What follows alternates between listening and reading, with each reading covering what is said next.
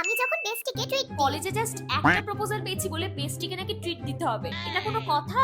এত দামি একটা রেস্টুরেন্টে নিয়ে চলে এলো আমাকে। এইমো পোস্টে ভালো আমার বেস্টিটা এক নম্বরের শয়তান। আজ একা আসতে পারতো, কিন্তু তা না করে আরো বন্ধু বান্ধব জোগাড় করে আমার টাকা ধ্বংস করতে চলে। আরে আজ আমি কিছু খাবো না, আজ আমার উপোস। তোরা খা। হ্যাঁ, আমি জল খেয়ে উপোস ভঙ্গ করবো, কারণ তোরা যা খাবি তাতেই আমার সব টাকা শেষ। আর বেস্টি যখন আমাকে ট্রিট দেয়, একটা মাটন বিরিয়ানি হবে, একটা চিকেন থালি এন্ড একটা স্যান্ডউইচ, আরো বাকিটা আমি পরে অর্ডার করছি।